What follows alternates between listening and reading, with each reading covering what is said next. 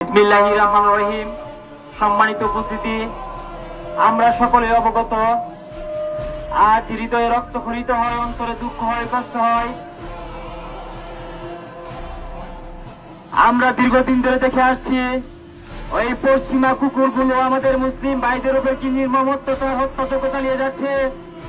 আমরা এই বাংলাদেশের অলিতে গলিতে থেকে আমাদের যুদ্ধ করার কোনো ক্ষমতা নাই, আমাদের ভাই কোনো অস্ত্র শস্ত্র নাই। আমরা আমাদের ইমানি শক্তি নিয়ে জিহাদের তামান্না বুকে ধারণ করে এই ফিলিস্তিনি ভাইদের পাশে দাঁড়াবো, আল্লাহর কাছে নামাজ পড়ে দোয়া করবো, বাসায় মা বোনদেরকে বলবো তারা কান্নাকাটি করে আমাদের ফিলিস্তিন ভাইদের জন্য দোয়া করবে। আমি রাষ্ট্রপ্রধানকে বলতে চাই, শুধু ব্যক্তিগতভাবে নয়, রাষ্ট্রীয়ভাবে এই ইসরায়েলের প্রোডাক্ট বয়কট করতে হবে, করতে হবে, করতে হবে। সম্মানিত উপস্থিতি, আমাদের রাষ্ট্র ছোট হতে পারে, রাষ্ট্রীয়ভাবে ওই ইসরায়েল রাষ্ট্রের সাথে সকল সম্পর্ক বিচ্ছিন্ন করতে হবে।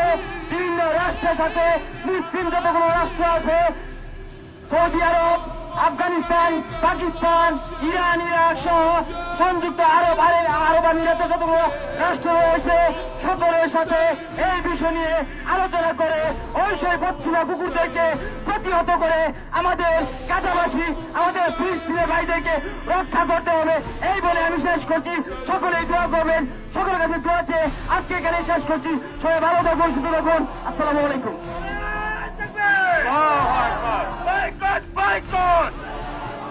ইসরায়েলের কালে কালে মানব তালে চলে।